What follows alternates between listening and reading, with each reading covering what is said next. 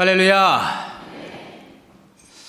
오늘도 신실하신 우리 주님께서 허락해 주신 이 7월 두 번째 주일에 이렇게 우리 하나님을 예배하기 위해 나오신 우리 모든 수지산 성가족 여러분들을 예수 그리스도 이름으로 환영하고 축복합니다. 우리 아마 옆에 있는 분들과 반갑게 같이 인사하겠습니다. 잘 오셨습니다. 환영하고 축복합니다.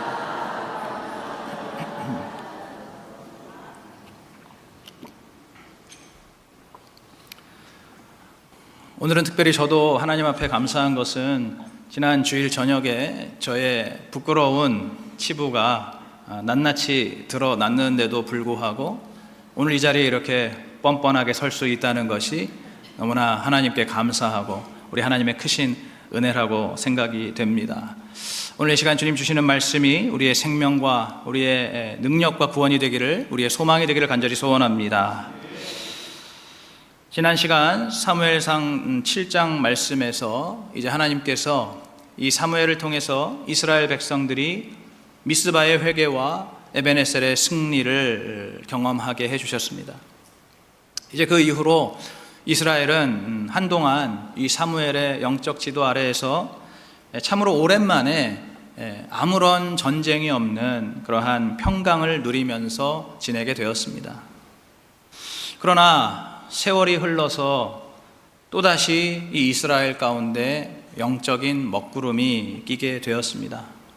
바로 오늘 본문에 이제 사무엘이 나이가 들고 그 아들들이 불의한 모습을 보이면서 백성들이 자신들을 위한 왕을 세워달라고 요구하게 된 것입니다. 이것은 오늘 7절과 8절의 말씀처럼 명백하게 하나님을 버리는 일이었습니다. 물론 왕 자체가 그것이 꼭 문제가 되는 것은 아니지만 왕을 요구하는 오늘 이스라엘 백성들의 그 속마음이 문제가 되는 것이죠. 그래서 오늘 제목이 또다시 하나님을 버리다입니다. 솔직히 말해서 이 제목 자체만으로도 오늘 우리의 마음이 뜨끔합니다. 그만큼 우리도 살면서 별의별 이유로 끊임없이 우리 하나님에게서 멀어지고 또 하나님을 버리는 일들이 우리 가운데에도 많이 있기 때문이죠. 이제 오늘 이 시간에 그러한 우리의 죄성과 우리의 한계를 주님 앞에 조용히 고백하면서 오늘 이 주시는 말씀을 거울 삼아서 이제는 진정한 왕 되신 우리 주님을 온전히 따르는 우리의 인생이 되어지기를 간절히 소망합니다. 첫째로 오늘 말씀을 보시면 사무엘의 아들들이 사사의 자리에서 하나님을 버렸습니다. 오늘 1절부터 3절에 보시면 이제 사무엘이 나이가 들고 그 아들들인 요엘과 아비야를 자신을 돕는 사사로 세웠습니다. 그런데 이들이 아버지 사무엘과는 다르게 이들이 돈에 눈이 팔려서 뇌물을 받고 그리고 부당한 판결을 일삼는 그러한 불의한 아들들이었습니다. 사실 이 부분이 이 성경에서 묵상하기가 참으로 까다롭고 어려운 그러한 부분 중에 한 곳입니다. 우리가 알다시피 사무엘은 누가 뭐라 해도 우리 하나님께서 인정하시는 믿음의 사람입니다. 그야말로 정말로 하나님의 거룩한 그러한 사람이지요. 그런데 어째서 그 아들들은 이렇게 불의하고 타락하는 모습을 보여주는 것입니까? 예전에 말씀드렸던 엘리 제사장과 그 두 아들들은 오히려 이해하기가 쉽죠. 그 아버지 엘리가 불의하기 때문에 아들들도 그것을 닮아서 불의한 것이죠. 또 요즘에 우리가 큐티하는 말씀 속에서도 그 다윗의 죄의 흔적이 그 자녀들에게 이어지는 것, 그 자녀들에게 나타나는 것, 이것도 말이 되는 이야기입니다. 우리 속담에도 콩 심은 데 콩 나고 팥 심은 데 팥 난다라는 속담도 있지 않습니까? 그런데 오늘 이 사무엘의 아들들이 지금 이러한 모습을 보여주는 것은 이것은 참으로 이해하기가 어렵습니다. 혹시 오늘 사무엘에게 우리가 모르는 무슨 흠이라도 있는 것일까요? 그런데 성경을 묵상해 보면은 오늘 이 사무엘뿐만 아니라 이러한 그 비슷한 경우가 여러 군데에서 나타나고 있습니다. 특히나 열왕기나 역대기의 그 말씀을 보시면 이제 왕국 시대의 그 왕들의 계보가 이어지고 있는데, 그런데 그 가운데 이 악한 아하스 왕의 아들인 히스기야는 아주 선한 왕이었습니다. 그런가 하면은 그 정말 이스라엘을, 유다 왕국을 대표할 만한 그 선한 왕이었던 이 히스기야의 아들인 므낫세는 또 정말 악의 대명사라고 할 수 있을 정도로 그렇게 이 유다 왕국을 대표하는 악한 왕이었습니다. 그리고 그 므낫세와 그 아들 아몬 둘 다 악한 왕이었는데, 그런데 그 므낫세의 손주인 요시야 왕은 또다시 하나님께서 인정하시는 선한 왕이었습니다. 그러니까 우리의 논리와 상식으로는 도통 종잡을 수가 없는 것이죠.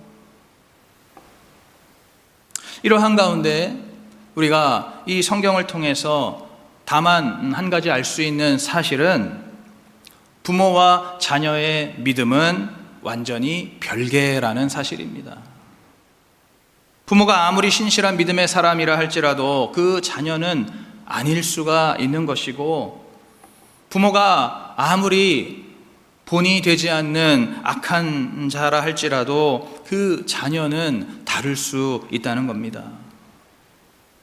여러분, 그래서 오늘 우리가 한번 생각해 봐야 됩니다. 우리가 흔히 믿음의 3, 4대 가문 이러한 것들을 우리가 이렇게 가끔씩 보기도 하고, 또 우리도 그것을 참 꿈꾸기는 하는데, 그런데 우리가 그러한 것을 보면서 때로는 그 허상에 속으면 안 될 때가 있는 겁니다. 그냥 우리가 우리 눈에 보기에 3대 또는 4대가 다 교회를 다닌다고 해서 그것이 무조건 믿음의 3, 4대라고 할 수가 있을까요? 그 실체는, 그 진실은 오직 하나님만이 아시는 것인 줄로 믿습니다. 그 속에 진실한 믿음이 있는가, 우리로서는 그것을 온전히 볼 수가 없기 때문에, 여러분, 그런 겉으로 드러나는 것에, 그것이 때로는 허상일 때가 많기 때문에 우리가 그런 것에 속으면 안 된다는 것이죠. 물론 자녀는 부모의 책임이 맞습니다. 문제아는 없고 문제 부모만 있다는 말도 맞습니다. 그렇기 때문에 우리 부모들은 항상 자만하지 않고 우리 자녀들의 구원을 위해서 늘 주님 앞에 겸손히 엎드려야 하는 것도 맞습니다.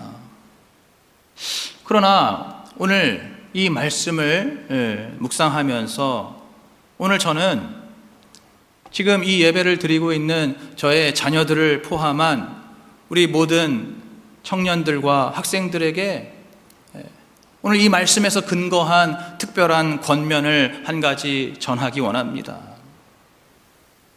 오늘 이 사무엘의 아들인 요엘과 아비야가 사사의 자리에 있으면서 하나님을 버렸는데, 그러나 오늘 이곳에서 예배드리는 우리 모든 자녀되는 우리 여러분들은 예수 믿는 그 자리에 있으면서 절대로 하나님을 버리면 안 되는 것입니다. 왜 그렇습니까?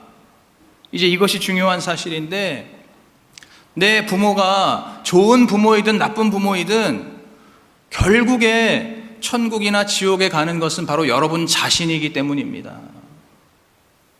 부모가 어떤 사람이냐, 이것은 사는 동안에는 관련이 있고 영향이 있을 수 있지만은 결국 우리가 이 땅의 삶을 마치고 하나님 앞에 서는 그 날에 천국으로 가거나 또는 지옥으로 가는 것은 바로 여러분 자녀들을 그 자신이 가는 것이기 때문입니다. 막말로 얘기해서 문제 부모가 자기 자식을 잘못 키웠다고 해서 그 자식 대신에 지옥에 가는 것은 아닙니다. 부모가 잘못해서 자식을 구원하지 못했다고 해도 그 자식을 대신해서 지옥을 가줄 수는 없다는 거예요. 아무리 미안해도. 반대로 아무리 믿음 좋은 신실한 부모라도 자녀 여러분들의 그 천국행을 온전히 보장할 수는 없습니다. 오늘 이 사무엘을 보면 알 수 있지 않습니까? 그 신실한 하나님의 사람 이 사무엘도 자기 아들들을 그렇게 온전히 책임질 수는 없었다는 것이죠. 오늘 자녀된 여러분들이 지금 이 예배의 자리에 있는 이것은 결코 우연이 아니고 우리 하나님께서 여러분들에게 베풀어 주시는 아주 특별한 은혜입니다. 그런데 이러한 이 구원의 자리를 여러분들이 혹시라도 이것을 소중하게 여기지 않고 여러분의 삶 속에서 하나님을 떠나거나 하나님을 버리는 그러한 일들을 한다면 그것은 너무나 어리석은 일입니다. 그렇다면 구체적으로 하나님을 버린다는 것이 어떤 것일까요? 그것은 두 가지로 생각해 볼 수가 있습니다. 여러분들이 여러분의 믿음 좋은 부모님만 의존하면서 자신은 간절함이 없이 그저 형식적이고 수동적인 믿음에 머물러 있다면 여러분, 그것이 바로 여러분이 하나님을 버리고 있는 일입니다. 또는 여러분의 부모가 여러분 보기에 마음에 들지 않는다고 여러분의 부모를 만만하게 여기거나 또는 여러분의 부모를 원망하면서 그렇게 자기 멋대로 자기 뜻대로 살아가고 행동한다면 그것도 바로 하나님을 버리는 일이라고 할 수 있습니다. 이 두 가지가 전부 오늘 이 요엘과 아비야처럼 사사의 자리에서 하나님을 버리는 일이라는 거예요. 그렇기 때문에 오늘 내 부모가 어떤 부모인가는 사실상 상관이 없습니다. 내 부모가 문제 부모이든지 아니면 그 반대로 모범 부모라 할지라도 자녀된 여러분 자신이 구원의 하나님을 직접 만나야 하는 것입니다. 여러분 자신이 스스로가 하나님의 구원을 간절히 사모하고 그 주님께서 베풀어 주시는 그 구원에 감격하는 마음을 가지고 우리 주님 앞에 온전히 나아가야 하나님께서 여러분에게 그러한 온전한 구원의 은혜를 베풀어 주시는 것입니다. 오늘 제가 이렇게 말씀을 드리는 것은 다른 이유는 없습니다. 바로 자녀된 여러분 모두를 정말로 저 천국에서 다시 만나고 싶기 때문입니다. 여러분, 예수 믿는 부모에게 다른 소원이 있겠습니까? 다른 소원이 있어서야 되겠습니까? 오늘 예수 믿는 우리 부모들의 유일한 소원은 그저 내 자식들, 내 자녀들을 천국에서 다시 만나는 것, 그것만이 우리 부모들의 유일한 소원인 줄로 믿습니다. 오늘 우리 부모된 자들의 유일한 소원인 줄로 믿습니다. 그런데 우리가 절대로 자녀들을 억지로 천국으로 데리고 갈 수가 없다는 것입니다. 아무리 부모가 믿음이 좋아도 그 믿음으로 자녀까지 같이 천국에 데리고 갈 수가 없다는 거예요. 오늘 이 시간에 우리 자녀된 여러분, 청년과 학생과 또 혹시 이 말씀을 알아들을 수 있는 우리 어린이들도 있다면 오늘 이 시간 여러분이 선택하고 여러분이 결정하는 것입니다. 마지막 구원의 믿음은 여러분이 여러분의 마음에서 선택하고 결정할 때에 그것이 정해진다는 것을 기억하면서 오늘 하나님께서 베풀어 주신 이 구원의 자리에서 우리 하나님을 온전히 만나고 우리 하나님을 온전히 붙잡는 그러한 우리 자녀들이 되기를 간절히 소원합니다. 한편 오늘 이 사무엘의 두 아들을 보면은 지금 여기에서는 이들이 사사라고 불리고 있지만 그러나 실제로는 이들을 아무도 사사라고 인정하지 않습니다. 우리가 흔히 이 이스라엘의 마지막 사사라고 하면은 사무엘을 이야기하죠. 사무엘의 두 아들들을 마지막 사사라고 하지는 않습니다. 그 이유가 무엇입니까? 바로 하나님께서 그들을 인정하지 않으시기 때문입니다. 아무리 사사의 자리에 있다고 해서 다 사사가 되는 게 아니라는 거예요. 오늘 우리들도 마찬가지입니다. 우리가 지금 하나님의 자녀의 자리에 있다고 해서 다 하나님의 자녀입니까? 오늘 우리가 지금 성도의 자리, 예배의 자리, 또 직분의 자리에 있다고 해서 우리가 정말 다 성도입니까? 다 정말로 예배 드리고 있는 겁니까? 예배자입니까? 정말로 진정한 직분자가 맞습니까? 겉으로 보기에는 그렇게 보여질 수 있죠. 그러나 실제로는 하나님께서 인정하실 수가 없는 그러한 가짜 자녀, 가짜 성도, 가짜 직분자들이 지금 이 시대에 너무나 많다는 겁니다.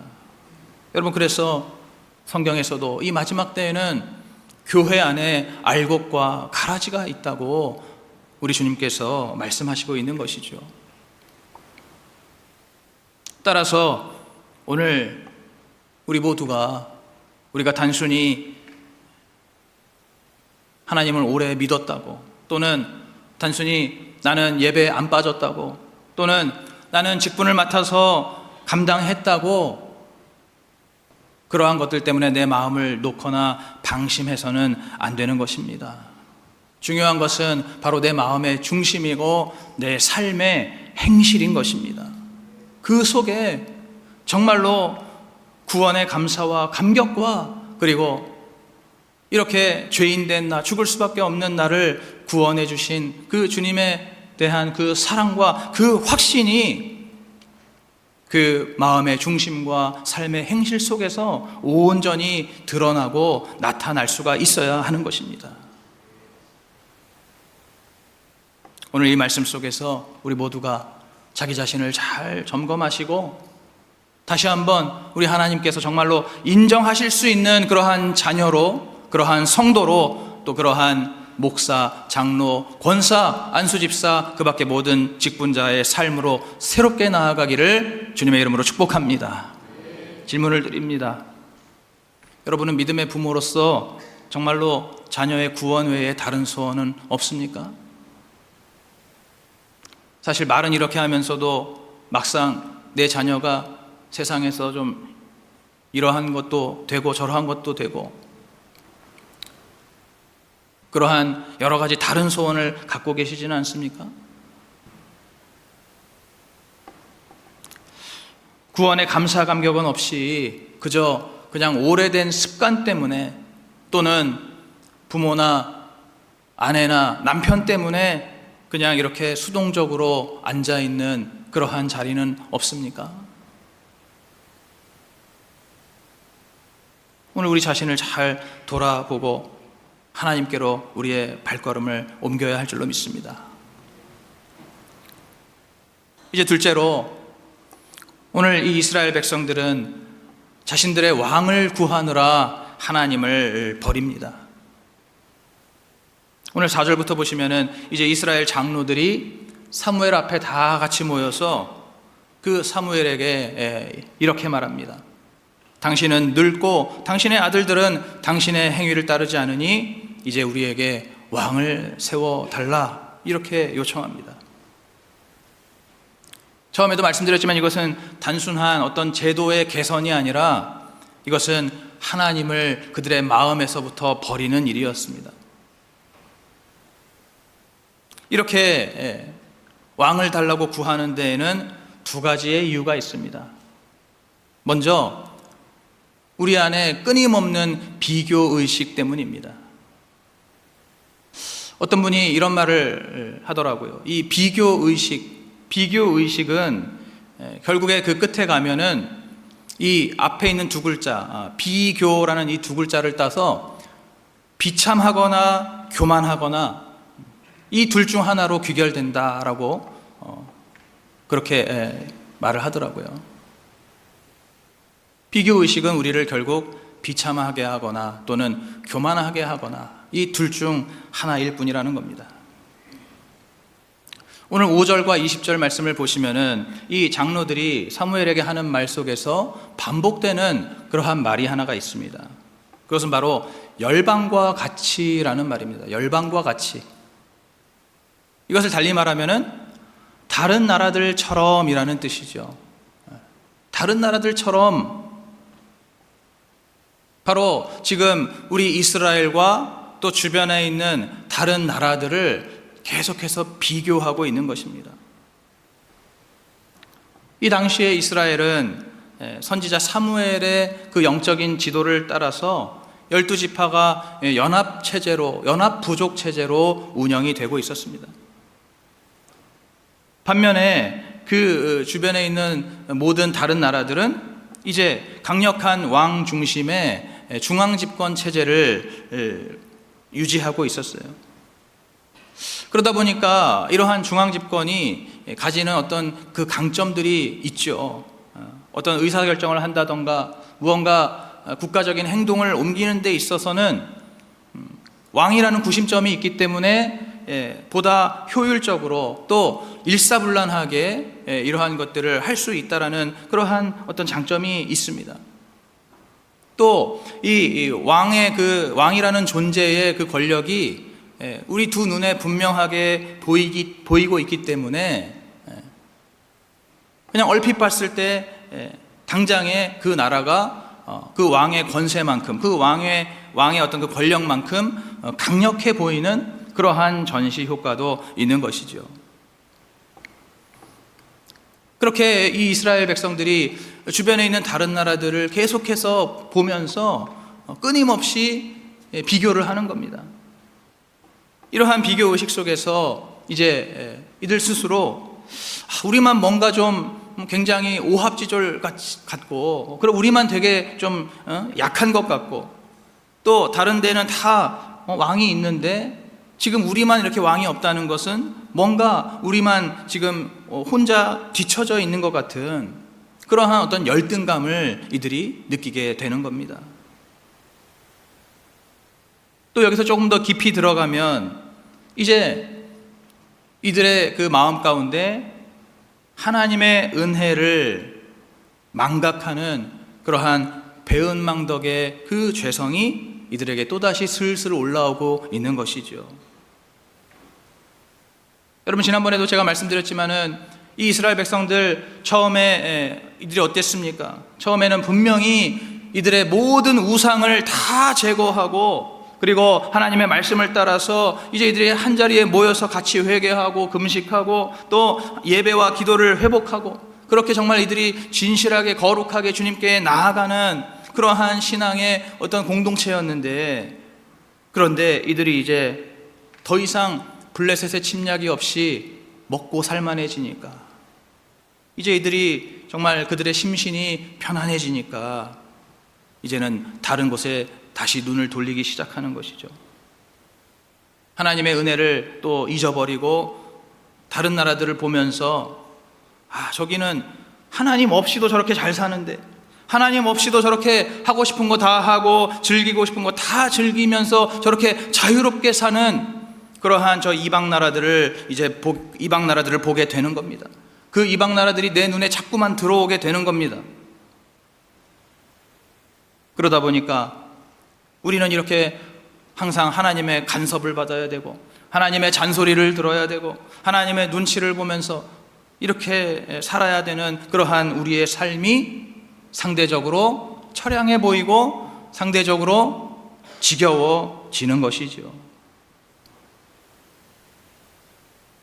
이러한 비교 속에서 우리도 이제는 좀 더 이상 이렇게 찌질하게 살지 말고, 우리도 저 다른 나라들처럼 좀 우리도 즐길 거 즐기면서, 우리도 누릴 거 누리면서 그렇게 살아보고 싶은 그러한 그 욕심 때문에 이들이 지금 왕을 세워달라고 그렇게 사무엘에게 요구하고 있는 것입니다.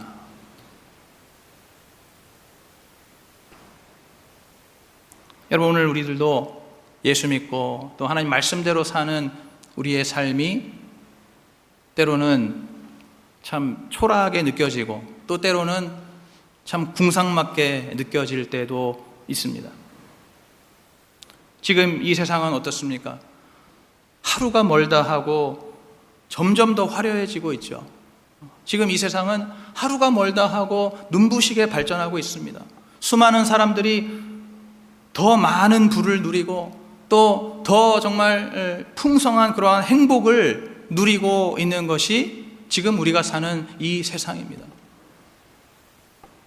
그런 반면에 교회는 여전히 좀 고리타분한 것 같고 좀 답답하게 느껴지죠.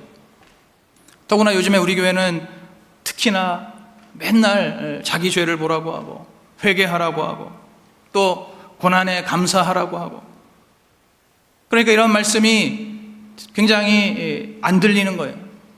그러한 삶은 너무 찌질한 것 같은 거예요. 그럴 때 우리 마음속에 다시금 슬그머니 고개를 드는 게 무엇입니까? 바로 기복신앙입니다. 내가 이 한 번뿐인 인생 내가 예수 믿어도 폼나게 믿어야 이것이 하나님께 영광되는 거 아닌가. 하나님 아버지가 자기 사랑하는 자녀들 잘 되기 원하는 게 그게 당연한 건데, 그럼 내가 정말로 그 하나님 아버지를 위해서라도 내가 이 땅에서 잘 되고 잘 먹고 잘 살아야 맞는 거지. 물론 그 말 자체는 맞는 말이지만, 그러나 우리가 그러한 그 말씀을 사실은 우리 이익을 위해서 이용하는 것이죠. 여러분, 제가 언젠가 금요 기도회 때도 말씀드렸지만은 히브리서 12장에 뭐라고 말씀하십니까? 주께서 그 사랑하시는 자녀에게는 징계를 주신다라고 말씀하십니다. 심지어는 주께서 그 사랑하시는 자녀를 채찍질 하신다는 거예요. 왜 그렇습니까? 그 자녀를 끝까지 구원의 길로 인도하기 위해서. 하나님께서 당신의 자녀들을 보실 때에 축복이 필요하고 위로와 격려가 필요할 때는 그러한 것들을 주시지만은, 반대로 내 자녀에게 지금 정말로 필요한 것은 징계이고 훈련이고 연단이고 또 채찍질이라고 생각이 된다면 100% 오르신 우리 하나님께서 당신의 사랑하시는 자녀를 위해서 이러한 것들을 주신다는 거예요. 여러분, 히브리서 12장 좀 찾아서 읽어보시기 바랍니다. 그러한 것이 없으면 오히려 자녀가 아니라는 거예요. 사생자라는 겁니다. 하나님이 이렇게까지 강력하게 말씀하시는데, 그런데도 우리는 이러한 말씀은 애써 외면합니다. 이러한 말씀에는 우리의 두 귀를 막습니다. 그러면서 내 입맛에 맞는 그 기복신앙에 우리의 눈을 돌릴 때가 너무나 많다는 거예요. 오늘 이스라엘 백성들이 정확하게 바로 이러한 상태였습니다. 아까도 말씀드린 것처럼 이 세상의 화려한 모습, 세상의 즐거운 모습, 하나님 없이 그렇게 잘 되는 그러한 세상을 보면서 끊임없이 비교하면서, 원래는 이들이 정말로 하나님 앞에 늘 회개하며 거룩을 추구하던 그러한 신앙이었는데, 이제는 이들의 신앙이 어느새 너무나 누추한 기복신앙으로 변질되어 버린 겁니다. 바로 이것이 이들이 사무엘에게 왕을 요청했던 두 번째 이유입니다. 그래서 오늘 우리가 읽지는 않았지만은 10절부터 18절에 보시면은 이제 그 왕을 요구하는 그 이스라엘 장로들에게 이제 사무엘이 하나님의 뜻을 따라서 이 왕의 제도라는 것이 어떤 것인가를 정확하게 아주 객관적으로 설명해 줍니다. 그런데 여기에서 계속적으로 반복돼서 나오는 말들이 있습니다. 그것을 찾아보면 아들들을 취하여, 딸들을 취하여, 또 제일 좋은 것을 취하여, 또 곡식과 포도원 소산의 11조를 취하여, 소년과 나귀들을 취하여, 또 양떼의 10분의 1을 취하여. 여러분, 죄다 지금 다 취하고 또 취한다는 거예요. 술에 취한다는 것이 아니라 그 모든 것들을 내가 가져간다는 거예요. 누가 가져갑니까? 왕이 다 가져간다는 거예요. 왕이 너희들의 모든 것을 다 취한다는 거예요. 모든 걸 다 가져간다는 거예요. 또 그 밖에도 너희들을 종으로 삼을 것이고 너희들에게 여러 가지 일들을 시킬 것이라는 그러한 말들이 계속해서 이어지고 있습니다. 한마디로 말해서 너희가 원하는 이 왕정 체제는 결국에는 너희를 착취하고 압제하는 그러한 결과로 이어지게 될 거다. 분명하게 지금 사무엘이 하나님의 뜻을 전하고 있습니다. 그런데도 오늘 이 백성들이 어떻게 반응합니까? 오늘 19절, 20절. 아까 전에 우리가 좀 말씀을 제대로 못 읽었던 것 같은데 19절, 20절 말씀 여러분 성경 보시면서 같이 한번 합독하겠습니다. 시작. 백성이 우리도 우리 왕이 있어야 하리니 우리도 열방과 같이 되어 우리 왕이 우리를 다스리며 우리 앞에 나가서 우리의 싸움을 싸워야 할 것이니이다. 아멘. 지금 이들이 그 사무엘의 경고의 말씀을 아주 딱 잘라 거절하고 있죠. 그러면서 지금 우리가 방금 읽은 19절 20절에서 계속 반복되는 말이 또 있는데 뭡니까? 바로 우리라는 말이에요. 우리도 우리 왕이 우리를 위해 우리의 싸움을, 이 우리라는 말이 7번이나 반복돼서 나오고 있습니다. 여러분 이게 뭡니까? 바로 떼부리는 기도예요. 떼부리는 기도. 여러분 하나님 앞에 떼부리는 기도 해보셨죠? 물론 저도 해봤습니다. 그러한 기도가 우리 인생에 필요한 시기도 있기는 있어요. 그런데 문제는 노상 떼부리는 기도만 하는 게 문제인 거죠. 막무가내로 지금 떼부리는 기도를 하고 있는 겁니다. 다른 건 난 모르겠고 난 다른 건 다 됐고 그저 지금 우리한테는 왕이 필요하니까 왕이나 달라고, 왕이나 세워달라고 계속해서 하나님 앞에 어거지를 쓰는 겁니다. 떼를 쓰는 겁니다. 아주 전형적인 기복신앙의 기도이죠. 자기 그 유익과 만족만을 구하는 아주 전형적인 기복신앙의 기도입니다. 이렇게 남과의 비교의식에 빠져서 맹목적인 기복신앙으로 나의 요구만 밀어붙이는 것, 이것이 바로 나도 모르게 하나님을 버리고 있는 일입니다. 하나님께서 우리에게 당신의 예비해 놓으신 은혜가 있고 또 당신이 준비하고 계시는 우리를 도우시기 위한 그러한 계획과 섭리가 다 있는데도 불구하고 그 모든 것들을 우리가 제 발로 걷어차버리는 너무나 미련한 일이라는 거예요. 여러분 제가 계속 말씀드리지만은 지난 사무엘상 7장에서 이스라엘 백성들이 거두었던 이 에벤에셀의 승리, 여러분 그 승리가 어떤 승리였는지 기억하십니까? 이스라엘 백성들이 하나님 앞에 진실하게 회개하면서 나아갔을 때 우리 하나님께서 당신의 강력한 천둥 소리를 발하셔서 그 블레셋 군대를 완전히 괴멸시켜 주셨습니다. 이것이 바로 이스라엘 백성들이 거두었던 에벤에셀의 승리 맞습니까?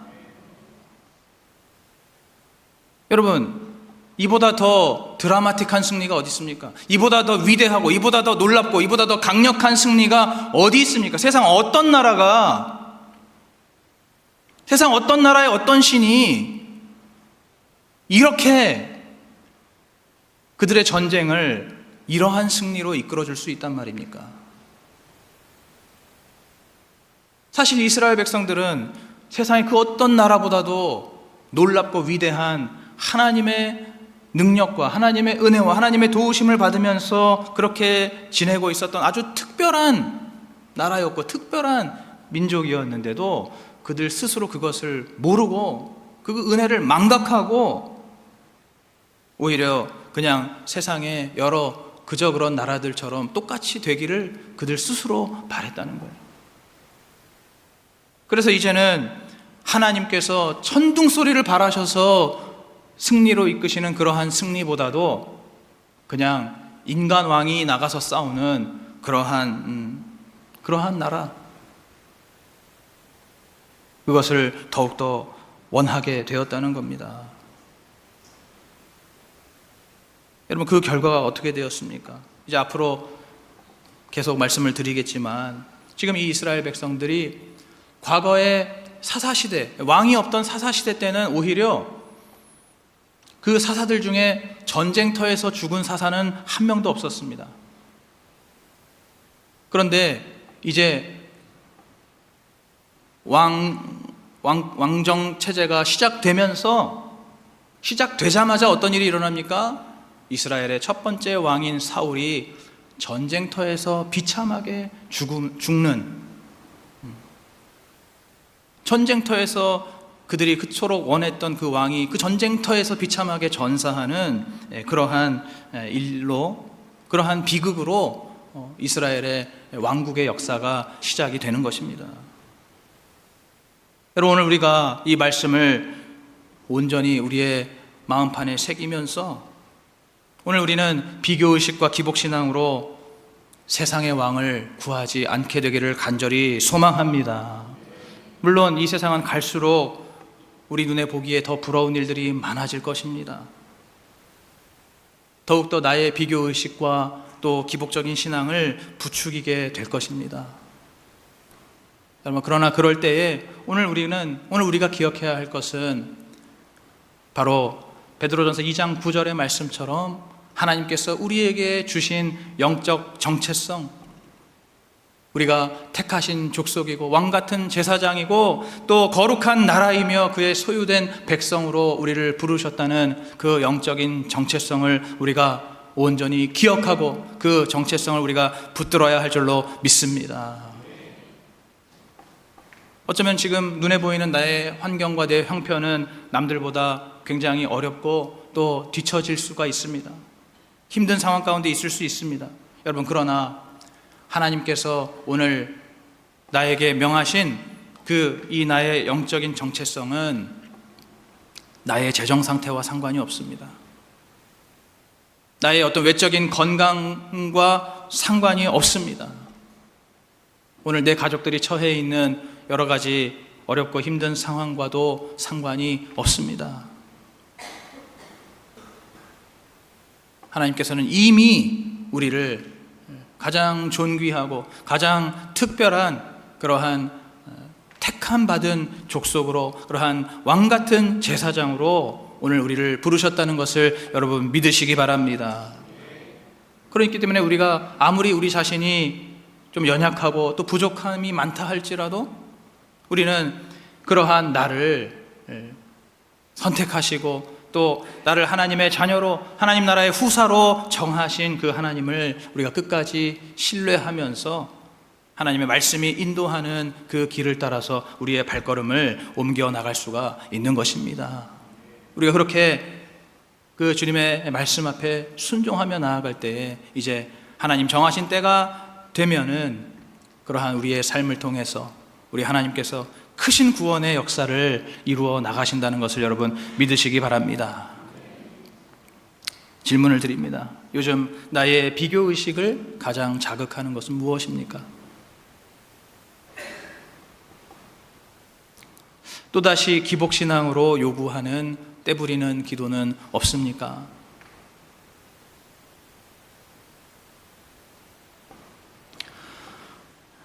이제 마지막으로 내 스스로 판단하지 않고 하나님의 마음을 깊이 헤아릴 때 우리는 하나님을 따를 수가 있습니다. 앞에 말씀드린 두 가지는 계속해서 하나님을 버리게 되는 그러한 일들인데, 지금 말씀드리는 것은 하나님을 온전히 따르는 그러한 말씀을 드리는 겁니다. 오늘 본문 6절에 보시면은 사무엘이 그 왕을 달라고 하는 백성들의 말을 들었을 때 그 마음이 기뻐하지 않았다라고 말하고 있습니다. 그것은 사무엘의 마음이 불편했다는 것이죠. 그 사무엘의 마음이 심란했다는 것입니다. 왜냐하면은 그 말 자체가 일단 사무엘 자신에게 너무나 무례한 요청이었을 뿐더러 더 중요한 것은 이스라엘의 진정한 왕이신 하나님을 무시하는 그러한 이 백성들의 말이었기 때문입니다. 이스라엘의 왕이신 하나님의 뜻을 거스르는 그러한 요청이었기 때문입니다.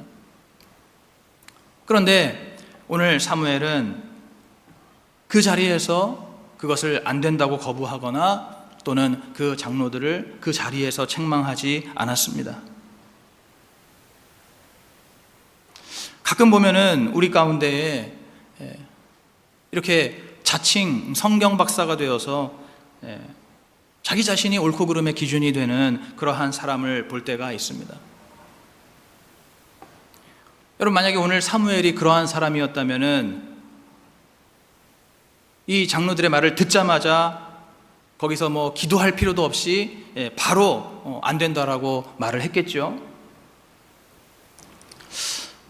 지난 목요일에 큐티 말씀을 보니까 이 유다 지파와 다른 이스라엘 지파들이 서로 갈등이 일어나는데, 그런데 거기서 이 유다 지파 사람들이 강경한 말을 해서 이들의 갈등이 더 심각해졌다라는 그러한 내용이 있더라고요.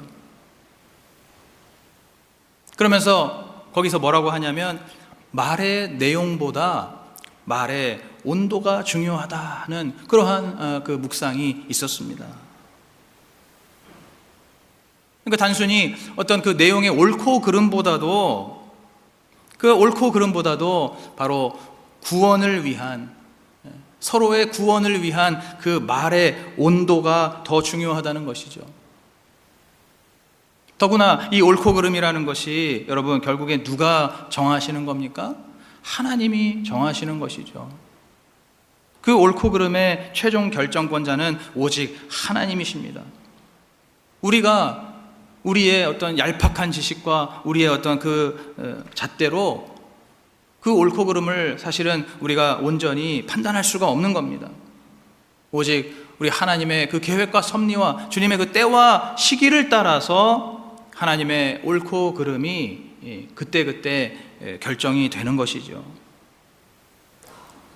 그런데도 가끔 보면은 내 자신이 하나님보다 더 옳아서 그래서 이렇게 주제넘게 나서게 될 때가 있다는 겁니다. 말씀을 볼 때도 그렇고 또 삶 속에서도 그렇고 자기가 옳다고 막 따지는 거예요. 하나님께도 사람에게 따지는 것은 물론이고 하나님께도 막 따지기도 합니다. 오늘 우리 중에는 정말로 이러한 사람이 없기를 간절히 소망합니다. 오늘 이 사무엘이 그렇게 자기 스스로 옳고 그름으로 판단하지 않고 먼저 하나님 앞에 엎드려서 기도했습니다.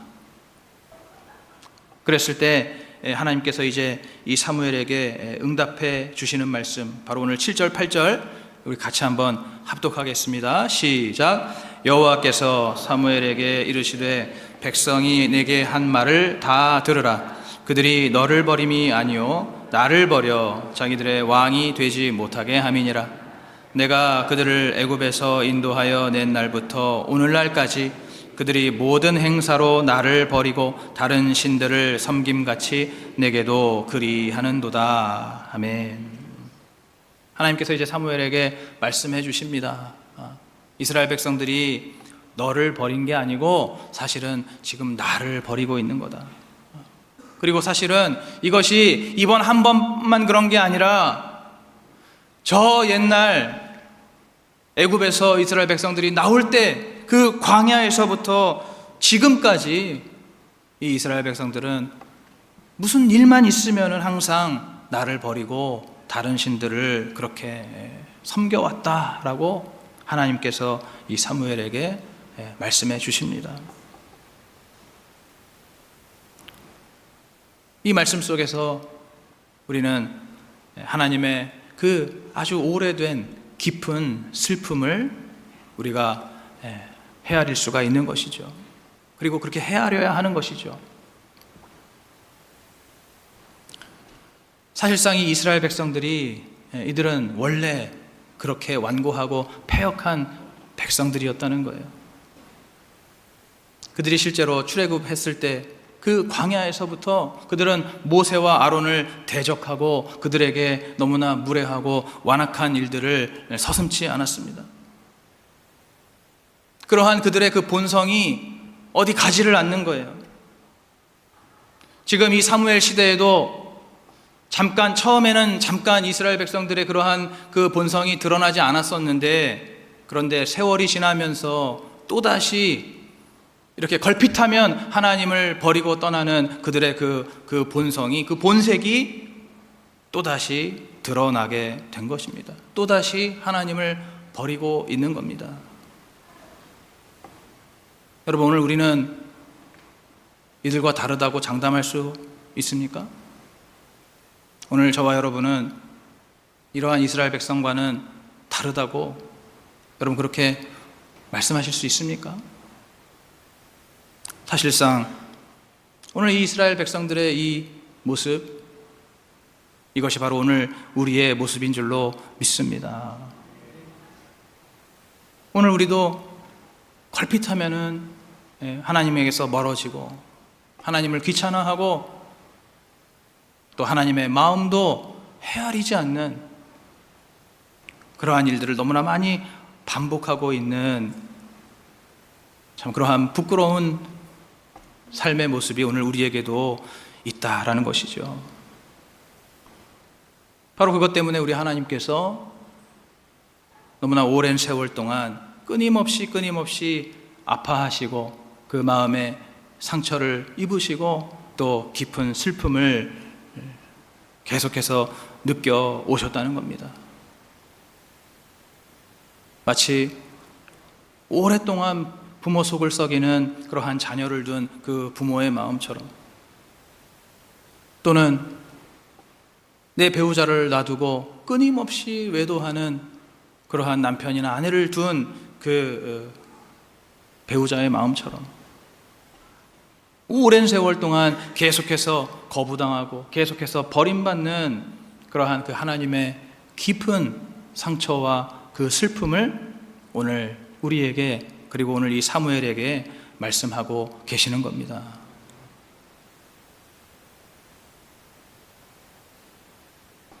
오늘 사무엘이 바로 이러한 하나님의 그 깊은 슬픔의 마음을 헤아리면서 이제 하나님의 말씀대로 순종합니다. 어떻게 순종합니까?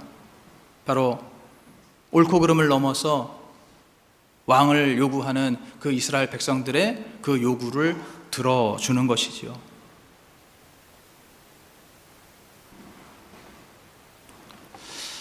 하나님께서는 우리가 떼부리는 기도, 우리가 억지를 쓰는 기도를 때로는 이렇게 들어주실 때가 있습니다. 그런데 여러분, 그렇다고 해서 마냥 좋아하실 일은 아닙니다. 그러한 기도에 응답해 주시는 것은 어떻게 해도 우리의 마음이 바뀌지 않을 것을 아시는 하나님께서 네가 직접 겪어봐라, 네가 직접 당해봐라 라는 그러한 마음으로 응답해 주시는 거예요. 여러분, 하나님께서 우리가 때로는 하나님 앞에 그렇게 잘못된 요구를 할 때 하나님께서 우리를 사랑하시는 마음으로 그 요구에 대해서 거절하시는 것, 그 요구에 대해서 하나님께서 들어주시지 않는 것, 여러분 그것을 감사하시는 그러한 성도가 되시기를 간절히 축복합니다. 이제 오늘 우리들도 이 사무엘과 같이 이제는 정말 좀 하나님의 마음을 깊이 헤아릴 수 있는 그러한 자녀가 되기를 간절히 소원합니다.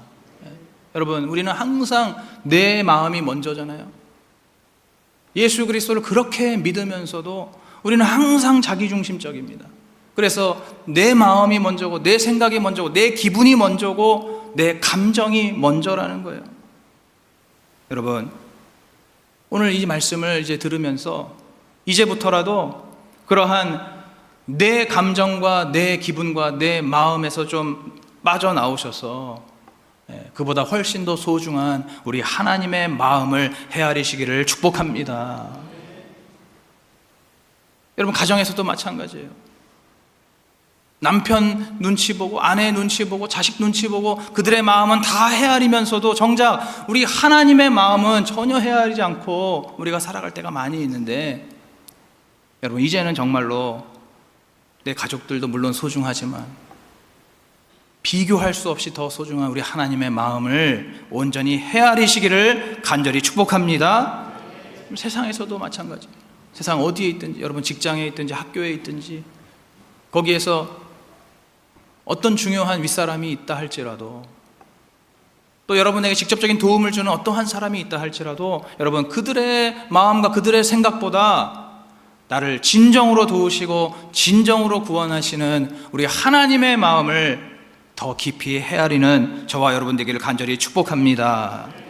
우리가 그렇게 하나님의 마음을 헤아릴 때, 때로는 하나님의 그 슬픔과 하나님의 그 아픔까지 우리가 헤아리면서 주님의 말씀대로 순종하며 나아갈 때, 오늘 우리의 삶은 이제 더 이상 하나님을 버리거나 하나님을 멀리하지 않는, 우리 하나님과 정말로 온전히 동행하고 또 우리 주님을 온전히 닮아가는 그러한 복된 인생이 된다는 것을 여러분 믿으시기 바랍니다. 질문을 드립니다. 내 스스로 옳다고 여기면서 하나님과 사람을 슬프게 한 일은 없습니까? 오늘 이 사무엘처럼 이제는 좀 주님의 마음을 헤아리면서 내 생각을 내려놓고 순종할 그러한 일은 무엇입니까?